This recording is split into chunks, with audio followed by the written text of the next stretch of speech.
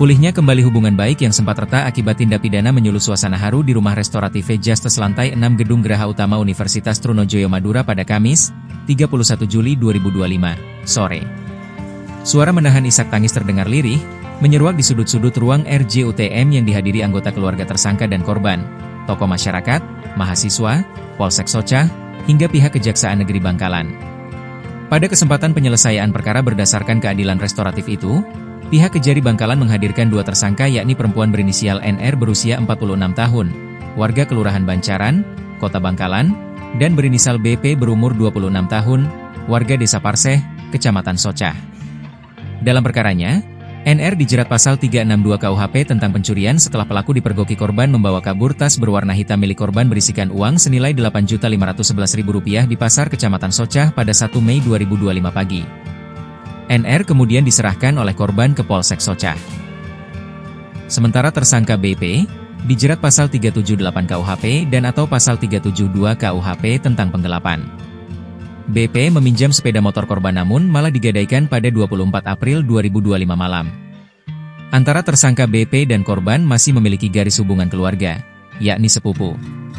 Kajari Bangkalan, Nur Adi dalam paparannya menjelaskan, penyelesaian perkara kedua tersangka melalui penyelesaian perkara berdasarkan keadilan restoratif berdasarkan beberapa pertimbangan. Meliputi, kedua tersangka tidak pernah dihukum dan baru pertama kali melakukan tindak pidana. Selanjutnya, tersangka tidak termasuk dalam daftar pencarian orang dan bukan seorang residivis yang diketahui berdasarkan penelusuran aplikasi Sistem Informasi Penelusuran Perkara dan Case Management System. Kedua tersangka dalam masing-masing perkaranya dijerat dengan ancaman pidana paling lama atau maksimal 4 tahun penjara. Ia memaparkan, kegiatan di rumah RJ ini merupakan kesempatan yang mulia dan berbahagia bagi dirinya karena baru 2 hari menjabat Kepala Kejaksaan Negeri Bangkalan. Prinsip keadilan RJ dalam dua perkara pidana itu memang dilandasi niat baik berdasarkan pertimbangan-pertimbangan. Berkaitan memilih UTM sebagai lokasi RJ, Nur Adi menjelaskan bahwa momen ini juga dihadiri mahasiswa dari Fakultas Hukum yang tentunya perlu mengenal mekanisme-mekanisme berkaitan proses penegakan hukum. Di mana yang secara ansih tidak hanya melulu untuk proses pemidanaan tetapi prinsip keadilan RJ ini, mahasiswa juga harus mengetahui. Saya juga mendapatkan kesempatan untuk memberikan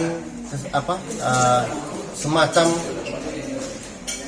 niat yang memang sudah dilandasi dengan niat baik dari kami dan berdasarkan pertimbangan-pertimbangan untuk menerapkan apa yang dimaksud dengan prinsip restoratif justice, yaitu memberikan hak-hak kepada pelaku untuk tidak dilakukan pemidanaan dalam artian dimasukkan ke dalam hukuman, tetapi diajak untuk secara berimbang dan adil dengan pihak korban untuk berdamai sehingga tidak perlu menjalani pemidanaan. Jadi secara otomatis langsung bebas nih Pak? Iya, dengan prinsip keadilan restoratif artinya adalah dengan kata secara harfiah restoratif itu adalah pemulihan keadaan dari keadaan yang rusak akibat pelaku yang melakukan kejahatan dan merugikan korban, kemudian dipulihkan keadaannya, dipulihkan hubungannya dengan prinsip restoratif tadi, sehingga semuanya sepakat dan tercipta prinsip keadilan yang seimbang antara pelaku dan korban. Untuk diketahui, RJUTM diresmikan oleh Kepala Kejaksaan Negeri Jatim, Profesor Dr. Mia Amiati didampingi Aspidum, Asdatun, PLH Asbin, Asintel, Aspidmil, Koordinator Bidang Pidum dan para Kajari se-Surabaya Raya, para Kajari se-Koordinator Malang, para Kajari se-Koordinator Madura, dan Forkopimda Bangkalan pada hari 3 Juni 2024. Selain masing-masing keluarga korban dan tersangka, kesempatan RJ itu juga dihadiri Kepala Desa Parseh M. Ilyas, Lurah Bancaran Sugiono, Kasih Pidum Kejari Bangkalan, Hendrik Himawan, hingga Kanit Reskrim Polsek Socah, Aibtu Zainal Arifin. Rektor UTM, Profesor Dr. Safi, SH, MH mengapresiasi terhadap kinerja Nur Adi yang baru ditugaskan sebagai Kajari Bangkalan dan mengawali tugasnya dengan mengedepankan cara-cara damai yang dikenal dengan istilah RJ. Karena sekalipun seseorang berstatus tersangka, lanjutnya, apabila diperlakukan secara manusiawi biasanya kesadaran akan mengikuti dan muncul introspeksi. Saya tentu apresiasi ya terhadap kinerja beliau yang baru ditugaskan sebagai Kepala Kejaksaan Negeri Kabupaten Bangkalan dan mengawali tugasnya itu dengan mengedepankan cara-cara damai, ya, cara-cara yang kita kenal dengan istilah restoratif justice. Nah, tentu ini awal yang bagus dan saya berharap ke depan Pak Kajari tetap konsisten untuk mengedepankan cara-cara yang lebih solusi, yang lebih memanusiakan manusia, ya, dan itu lebih efektif untuk mencegah kriminalitas berikutnya. Karena kalau orang itu diperlakukan secara manusiawi, biasanya akan muncul kesadaran untuk introspeksi.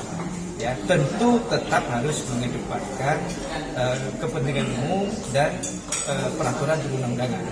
Jadi ada kategori perkara yang memang bisa diselesaikan oleh etik, tapi ada yang harus lanjut ke proses persidangan. Jadi itu. Download Tribun X sekarang, menghadirkan lokal menjadi Indonesia.